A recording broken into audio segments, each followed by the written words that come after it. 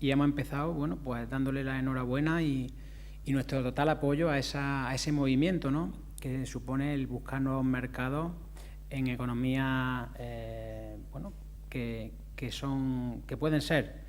buenas salidas para nuestras producciones, economías emergentes, mercados con valor, como pueda ser China y Vietnam, que una misión, un viaje de este tipo, pues evidentemente no se improvisa y muestra pues un grado de anticipación al escenario que estamos viviendo hoy por parte del Gobierno de España, y ahí pues nuestra mano tendida para colaborar y seguir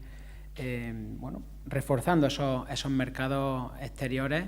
que no en vano, pues un país como el nuestro, netamente exportador, tenemos que tener en buena salud y engrasado al máximo, ¿no?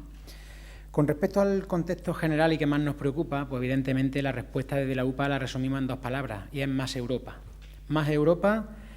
porque efectivamente es nuestro primer mercado destino, 2/3 de nuestras exportaciones está dirigido a la Unión Europea, tiene que seguir siendo nuestro mercado de referencia, y la respuesta de Europa pues tiene que pasar por una respuesta firme, a la altura de las circunstancias y sobre todo en esta fase volcada a la negociación. A una negociación que, sabiendo la dificultad de un socio como Estados Unidos, que ha dejado de ser un socio fiable a corto y a medio plazo sin ningún tipo de duda, pero cuanto más podamos acercar a las normas de comercio mundial a Estados Unidos, mejor será para todos. Esta guerra comercial que no hemos empezado, agricultores y ganaderos, la sufriremos los agricultores y ganaderos de ambos lados del Atlántico, y se lo hemos querido trasladar también al ministro. En ese proceso de acercamiento a la negociación que la administración Trump debe de ir dando paso hacia el mismo,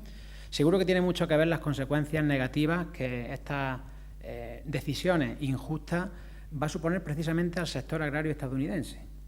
Los productores norteamericanos están viendo ya las consecuencias negativas en sus previsiones de cosecha de maíz, de soja, el encarecimiento de los fertilizantes, el encarecimiento de la maquinaria por los aranceles al acero o al aluminio, y evidentemente el agricultor norteamericano es el primero que le va a pedir responsabilidades a su gobernante, y eso posiblemente flexibilice la negociación, ¿verdad? En ese impulso que tiene que tener la Comisión Europea por parte de abrir nuevos mercados y de diversificarlos, España debe de abanderar ese impulso. España debe de coger la bandera de esa forma de producir que tenemos en Europa, y que España es máximo ejemplo, una forma de producir alimentos basado en referentes como la calidad, la seguridad alimentaria, precios competitivos, de una forma sostenible, y que esos marchamos, esa diferenciación de producción, son las que nos tienen que servir para reforzar los mercados en los que estamos, evidentemente sin denostar y potenciar Estados Unidos, pero abrir los nuevos vías comerciales que tenemos y los que puedan venir, pero evidentemente blindando nuestra forma de producir. Porque detrás también de esta guerra comercial subyace ciertos mensajes de negacionismo de la crisis climática, de producir a toda costa, de abandonar las normas que nos han traído, en el caso español, a ser ejemplo de todas estas cuestiones que he comentado, y no podemos dar ni un paso atrás en esa forma de producir que nos ha hecho ser líderes en Europa, la cuarta potencia europea y la séptima del mundo que somos a día de hoy, basado en el esfuerzo de agricultores y ganaderos, pero también con un rumbo y con una dirección firme a dónde ir y cómo hacerlo, ¿verdad? Esta guerra comercial, pues evidentemente es una complicación más, y desafortunadamente en nuestro sector estamos acostumbrados a convivir con dificultades. El sector agrario hemos vivido mucho en muy poco tiempo, ¿no? Parece que se olvida, pero en los últimos 5 años hemos pasado desde el COVID a las consecuencias de los incrementos de los costes de producción, dificultades logísticas, una guerra en Europa, y ahora pues viene esta complicación más, que es una guerra comercial que ya conocíamos del anterior mandato, pero que evidentemente, tanto por la intensidad como por la incertidumbre que está generando, pues hay muchos analistas que lo cuantifican en 20 veces más el daño que puede hacer esta errática política de Trump comparándola con su primer mandato. Ese esfuerzo que por parte de agricultores y ganaderos no tenemos dudas en que vamos a seguir haciendo, pues también se lo pedimos al Gobierno de España, ¿no? Y una de las conclusiones positivas de esta reunión es precisamente esa mano abierta a futuros escenarios que no sabemos dentro de una semana, dentro de unos meses, las consecuencias directas que vamos a padecer en primera persona, pero que sí que se nos ha expresado que por parte del Gobierno hay una voluntad de ir, bueno, pues de alguna forma ayudándonos en la forma que sea, presupuestariamente o como sea el caso. Y sí te quería terminar en esta primera de las cuestiones con una reflexión a nivel nacional, y es la petición por parte de la UPA a la unidad por parte de las fuerzas políticas que forman gobierno o que aspiran a formar gobierno. Porque si una cosa tenemos clara es que si hay quien ampara o justifica esta guerra comercial, no defiende al sector agrario en nuestro país. Y eso creo que todo el mundo tiene que ser consciente, que hay que saberlo, hay que insistir en ello y llamar, como digo, a la unidad de las fuerzas políticas que gobiernan, insisto, o que aspiran a gobernar en nuestro país, para que hagan una defensa firme frente a estos injustos aranceles y esta injusta guerra comercial que padecemos. La segunda de las cuestiones que hemos visto hace referencia a la visión sobre la agricultura y la alimentación en la Unión Europea. Conocemos el texto, además tuvimos la fortuna de que fuese el nuevo comisario, el luxemburgués Christoph Hansen, que fuese aquí en España, en estas dependencias del Ministerio, el primer país donde se presentara de forma pública ese documento, a los pocos días de hacerlo en Bruselas, y decir que es un documento que al final muestra a las claras un cambio en la narrativa y en la nueva declaración de intenciones por parte de la Comisión, derivada sin duda de esa fuerza que mostramos los agricultores y ganaderos reivindicando nuestros derechos y exigiendo, como no puede ser de otra manera, que el sector agrario español y europeo ocupe el lugar político del que ha sido desplazado en los últimos años. Un documento que refleja, bueno, el refuerzo de la posición del agricultor en la cadena de valor y su poder de negociación, una lucha contra las prácticas comerciales desleales, una redistribución más justa de las ayudas, conceptos como la reciprocidad con terceros países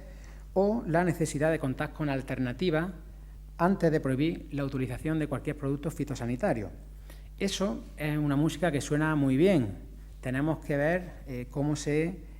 traduce a reglamentos y directivas, tenemos que ver cómo se concreta en medidas tangibles, y la primera de ellas, la más importante, una de las más importantes, será la próxima PAC a partir del año 2027. Y hablamos de unos meses claves para esa negociación. A nivel presupuestario es fundamental que no vaya pasando lo que viene pasando desde que se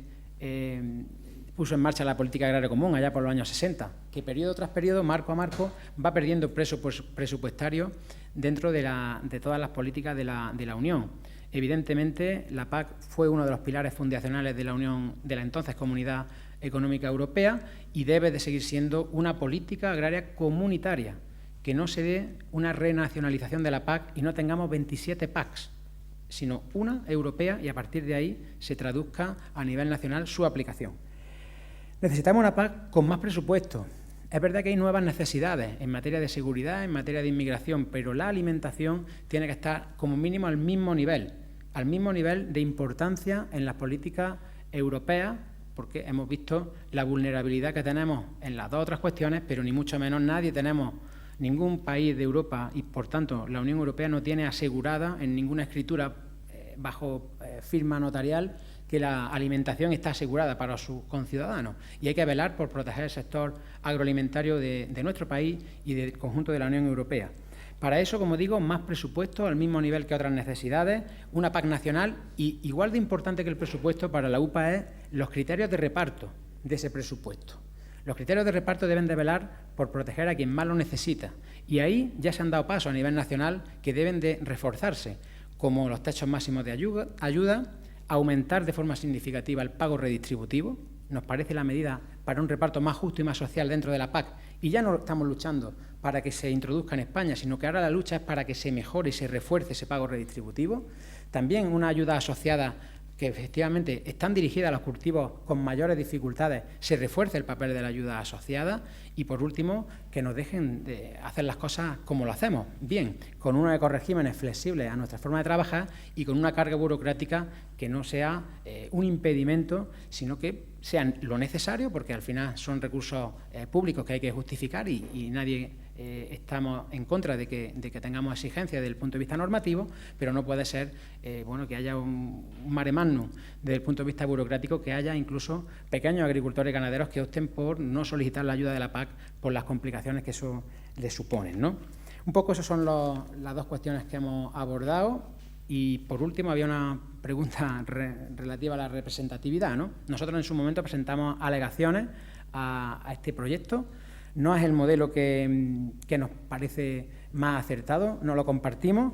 pero lo aceptamos, ¿no? La UPA estamos centrados en